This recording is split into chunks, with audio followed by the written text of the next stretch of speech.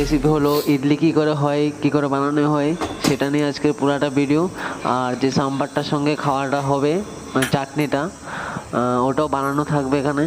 তো ভিডিওটা যদি আপনারা যদি দেখতে শিখতে চাও তাহলে প্রথম থেকে লাস্ট অবধি দেখতে হবে ভিডিওটা।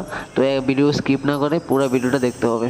তো চলো ভিডিওটা শুরু করতে যাচ্ছি, আর তোমরা মন দিয়ে ধ্যান দিয়ে ভিডিওটা দেখবে, ঠিক আছে?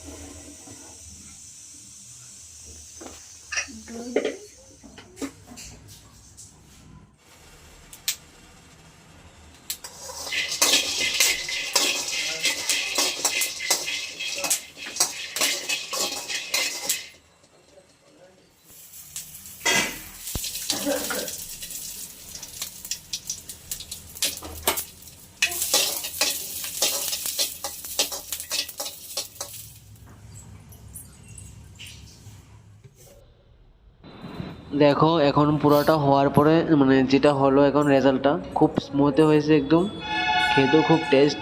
তো তোমরা চাইলে বানাতে পারো।